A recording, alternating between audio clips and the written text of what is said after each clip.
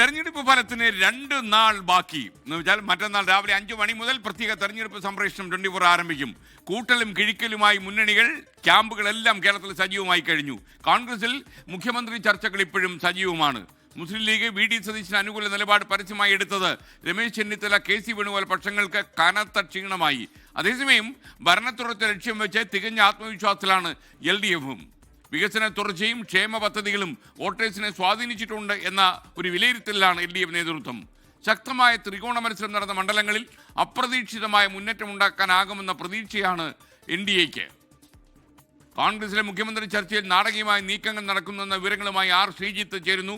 അതേപോലെ LDFിന്റെ പ്രതീക്ഷകളെ കുറിച്ച് പറയാൻ ഷബീദ് റാവുത്തറും, തൂക്കുസഭ കാത്ത് BJP പ്രതീക്ഷയോടെ ഇരിക്കുന്നുവെന്ന വിവരങ്ങളുമായി വിപിൻ C വിജയനും, അതുപോലെ കോഴിക്കോട് നിന്ന് പൊതുവെയുള്ള വിവരങ്ങളുമായി ദീപക് തർമ്മടവും തത്സമയം ചേരുകയാണ്. ആദ്യം നമ്മൾ പോകുന്നത് R ശ്രീജിത്തിലേക്ക്. Sreejith, good morning. ശ്രീജിത്തെ, മറ്റന്നാളാണ് നമുക്കൊന്ന് സജീവമാകേണ്ടത്. നല്ല സൂപ്പറായിരിക്കണം. പറയൂ ശ്രീജിത്ത്, എന്തൊക്കെയാണ് മുഖ്യമന്ത്രി ചർച്ച, എവിടെ വരെ എത്തി?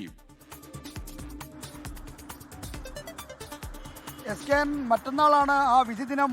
മറ്റന്നാൾ നമ്മൾ സൂപ്പറാവും 24 പ്രേക്ഷകരിലേക്ക് ആദ്യം വിവരങ്ങൾ എത്തിച്ചുകൊണ്ടുള്ള ഒരു ശക്തമായ മുന്നേറ്റം ആ ദിവസം നടത്തുമെന്ന കാര്യം ഈ ഘട്ടത്തിൽ പ്രേക്ഷകർക്ക് ഉറപ്പു നൽകുകയാണ്. കാരണം രാഷ്ട്രീയത്തിലെ ഓരോ സ്പന്ദനങ്ങളും ഒപ്പിയെടുത്തുകൊണ്ടുള്ള ഒരു കവറേജ് നമ്മൾ ഉറപ്പുവരുത്തും. മുഖ്യമന്ത്രി ചർച്ചയിലേക്ക് കടന്നാൽ എക്സിറ്റ് പോൾ ഫലങ്ങൾ വന്നതോടെ SKN കോൺഗ്രസിൽ മുഖ്യമന്ത്രി ആരാണെന്നതിനെ പറ്റിയുള്ള ചർച്ചകൾ കൂടുതൽ സജീവമായിരിക്കുന്നു. 3 പേരെയാണ് മുഖ്യമന്ത്രി സ്ഥാനത്തേക്ക് ഉയർത്തിക്കാട്ടുന്നത്. KC വേണുഗോപാൽ, രമേശ് ചെന്നിത്തല, പ്രതിപക്ഷ നേതാവ് VD സതീശൻ. ഈ 3 പേർക്ക് വേണ്ടിയുമുള്ള നീക്കങ്ങൾ കോൺഗ്രസിനകത്ത് ശക്തമാണ്. എക്സിറ്റ് പോൾ ഫലങ്ങൾ വന്നതോടെ കോൺഗ്രസ് ഏതാണ്ട് ഭരണം ഉറപ്പിച്ച മട്ടാണ്. അപ്പോൾ ഇത്തരം ചർച്ചകൾക്ക് കൂടുതൽ ശക്തി വരുന്നത് സ്വാഭാവികമാണ്. എന്തായാലും പാർലമെന്ററി പാർട്ടിയിലെ മേധാവിത്വം, അതായത് കൂടുതൽ MLA മാർ ആരെയാണ് പിന്തുണയ്ക്കുന്നത്, ഒപ്പം തന്നെ ഹൈക്കമാൻഡിന്റെ തീരുമാനം, ഈ 2 ഘടകങ്ങളെ ആശ്രയിച്ചായിരിക്കും കോൺഗ്രസിലെ മുഖ്യമന്ത്രി തെരഞ്ഞെടുപ്പിൽ അന്തിമ തീരുമാനം ആകാൻ പോകുന്നത്. അതുകൊണ്ട് തന്നെ MLA മാരെ ഒപ്പം നിർത്താനുള്ള നീക്കങ്ങളും എല്ലാ നേതാക്കന്മാരും നടത്തുന്നുണ്ട്. അത് ഒരു പരസ്യമായ രഹസ്യമാണ്. തിരുവനന്തപുരത്തും കൊല്ലത്തും ഒക്കെ MLA മാരെ ഏകോപിപ്പിക്കാൻ ഓരോരോ നേതാക്കളെ നേതൃത്വം ചുമതലപ്പെടുത്തി കഴിഞ്ഞു. അതുകൊണ്ട് തന്നെ വിധി ദിനത്തിൻ്റെ അന്ന് തന്നെ ഇത്തരത്തിലുള്ള കാര്യങ്ങളിൽ ഒരു തീർപ്പുണ്ടാക്കി മുന്നോട്ട് പോവുകയാണ് ലക്ഷ്യം. 2 ഒബ്സർവർമാരെ നിയമിച്ചുകൊണ്ട് ഹൈക്കമാൻഡ് അക്കാര്യത്തിലുള്ള നടപടികൾ എടുക്കും. അപ്പോൾ കൃത്യമായിട്ടുള്ള ഒരു തീരുമാനത്തിലേക്ക് വരും എന്നുള്ള പ്രതീക്ഷയാണ്. എങ്കിലും ഈ 3 മുഖ്യമന്ത്രി സ്ഥാനാർത്ഥികളെ സംബന്ധിച്ചുള്ള അങ്ങോട്ടും ഇങ്ങോട്ടുമുള്ള തർക്കങ്ങളുമൊക്കെ അതിന് നടക്കുന്നുണ്ട്. ലീഗ് VD സതീശന് പരസ്യമായി പിന്തുണ പ്രഖ്യാപിച്ചത് ഒരു തരത്തിൽ മറ്റ് 2 നേതാക്കൾക്ക് ക്ഷീണമായി. എന്നാൽ ലീഗിൻ്റെ തീരുമാനം ലീഗിൻ്റെ മാത്രമാണ്. കോൺഗ്രസിൻ്റെ മുഖ്യമന്ത്രി ആരാണെന്ന കാര്യം കോൺഗ്രസിൻ്റെ പൂർണ്ണമായി ആഭ്യന്തര തീരുമാനമാണ്. അതിൽ മറ്റാർക്കും ഇടപെടാൻ കഴിയില്ല എന്നതാണ് ഈ മറ്റ് 2 നേതാക്കളും പ്രകടിപ്പിക്കുന്ന ആത്മവിശ്വാസം. അതുകൊണ്ട് തന്നെ കോൺഗ്രസ് ഹൈക്കമാൻഡിൽ നിന്ന് അനുകൂലമായ തീരുമാനം വരും. MLA മാരിൽ ഭൂരിപക്ഷം കിട്ടുന്നയാൾ മുഖ്യമന്ത്രിയാകും എന്ന നിലയ്ക്കാണ് കോൺഗ്രസിൽ കാര്യങ്ങൾ പോകുന്നത്. എന്തായാലും UDF ക്യാമ്പിൽ ഇത്തരം ചർച്ചകൾ വളരെ സജീവമാണ്. ഭരണമുറപ്പിച്ച ആത്മവിശ്വാസത്തിലാണ് UDF മുന്നോട്ട് നീങ്ങുന്നത്. ശ്രീജിത്താണ് വിവരങ്ങൾ. Thank you. സത്യ ഗിരീഷ് പറയുന്നു, 24-ലെ പ്രമുഖന്മാരെ മുഴുവൻ റിസൾട്ടും വരും മുമ്പ് തുള്ളിച്ചാടുമ്പോൾ സൂക്ഷിക്കണം. തുള്ളിച്ചാടത്തിലെന്നേ നമ്മൾ ആത്മനിയന്ത്രണത്തോടെ നിൽക്കാം. നിങ്ങളുടെ കൂടെ നിന്നാൽ മതി. അപ്പോൾ LDFിൻ്റെ പ്രതീക്ഷകൾ എന്തൊക്കെയാണെന്ന് പറയാൻ ഷബീദ് റാവുത്തർ തത്സമയം തിരുവനന്തപുരം നിന്ന്. Shabeed, good morning. ഷബീദ്, ശരിക്കും ഈ എക്സിറ്റ് പോളിലൊന്നും അവർ കാര്യമായിട്ട് വിശ്വസിച്ചിട്ടില്ല, അല്ലെങ്കിൽ വിവരങ്ങൾ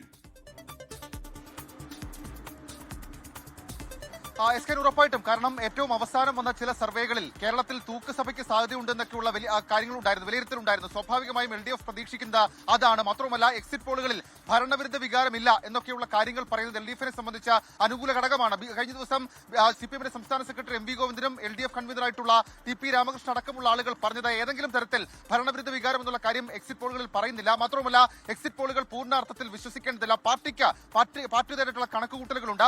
ആ കണക്കുകൂട്ടലുകൾ ഇപ്പോൾ പുറത്തു പറയാൻ കഴിയില്ല. തെരഞ്ഞെടുപ്പ് ഫലം വരുമ്പോൾ പിണറായി 3ാം സർക്കാർ ഉണ്ടാകും എന്നൊക്കെയുള്ള ഒരു കാര്യം അത് പറയുന്നുണ്ട്. മാത്രമല്ല ഇക്കാര്യത്തിൽ നേരത്തെ തന്നെ സൂചിപ്പിച്ച സാമുദായിക സമവാക്യങ്ങളും അതേപോലെ തന്നെ മതന്യൂനപക്ഷ ഏകീകരണം അടക്കമുള്ള കാര്യങ്ങൾ അത് LDFിന് അനുകൂലമായി മാറും എന്നുള്ളൊരു കണക്കുകൂട്ടലിലും വിലയിരുത്തലിലുമാണ് LDF ഉള്ളത്. ഇന്നലെ മുഖ്യമന്ത്രി തിരുവനന്തപുരത്ത് നിന്ന് കണ്ണൂരിലേക്ക് പോയിട്ടുണ്ട്. കഴിഞ്ഞ നിയമസഭാ കൗണ്ടിംഗ് ഡേ പോലെ സമാനമായി തന്നെ മുഖ്യമന്ത്രി കണ്ണൂരിൽ നിന്നാകും ഈ തെരഞ്ഞെടുപ്പ് ഫലം വീക്ഷിക്കുക. തിരികെ തിരുവനന്തപുരത്തേക്ക് മടങ്ങിയെത്തുന്ന പിണറായി വിജയൻ മടങ്ങി വരുന്നത് സ്വാഭാവികമായി ഒരു ചരിത്രമാണ്. 2021 അതൊരു ചരിത്രമാണ്. ആ ചരിത്രം 2026-ലും ആവർത്തിക്കും എന്നുള്ള പ്രതീക്ഷയിലാണ് LDF ക്യാമ്പ് ഉള്ളത്. കൂടാതെ അതിനൊക്കെ അപ്പുറത്തേക്ക് സർക്കാരിന്റെ വികസന പ്രവർത്തനങ്ങൾ, പ്രത്യേകിച്ച് അവസാന ഘട്ടത്തിൽ കിഫ്ബി അടക്കമുള്ള കാര്യങ്ങൾ അത് നിരത്തിക്കൊണ്ട് സർക്കാർ മുന്നോട്ട് വെച്ച വികസന പ്രവർത്തനങ്ങൾ അത് ജനങ്ങൾ ഏറ്റെടുത്തു എന്നൊരു പ്രതീക്ഷ കൂടി LDFിനെ സംബന്ധിച്ചിട്ടുണ്ട്. SKN. Thank you. Sony Varghese ചോദിക്കുന്നു, good morning S K. May 4-ന് എസ് കെ ആഷ്മി എന്നിവർക്കൊപ്പം ഹാജരാണ്.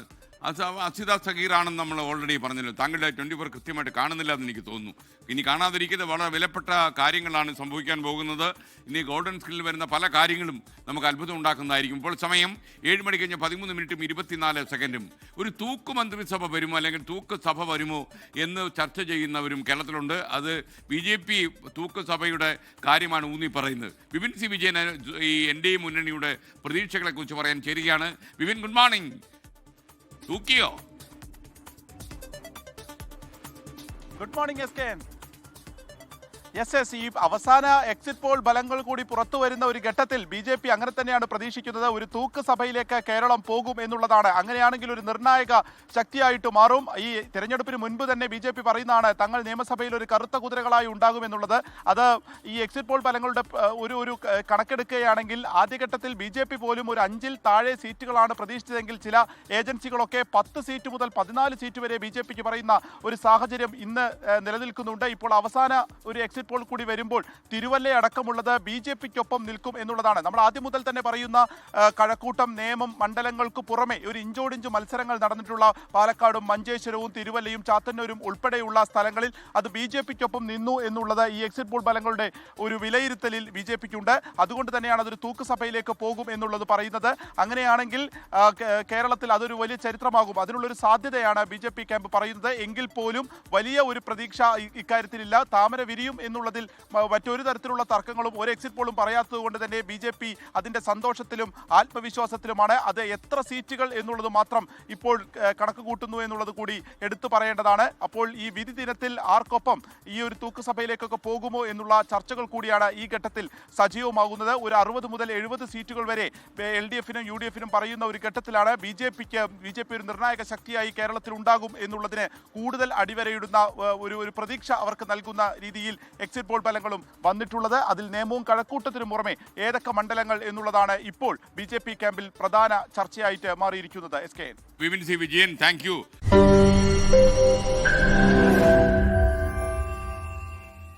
ലോകത്തെവിടെയായാലും ഏത് സമയത്തും 24 വാർത്തകളും ഓഗ്മെന്റഡ് റിയാലിറ്റി പാക്കേജുകളും എക്സ്പ്ലെയിനറുകളും വിശദമായി കാണാൻ ഞങ്ങളുടെ YouTube ചാനൽ നിങ്ങൾക്ക് സബ്സ്ക്രൈബ് ചെയ്യാം.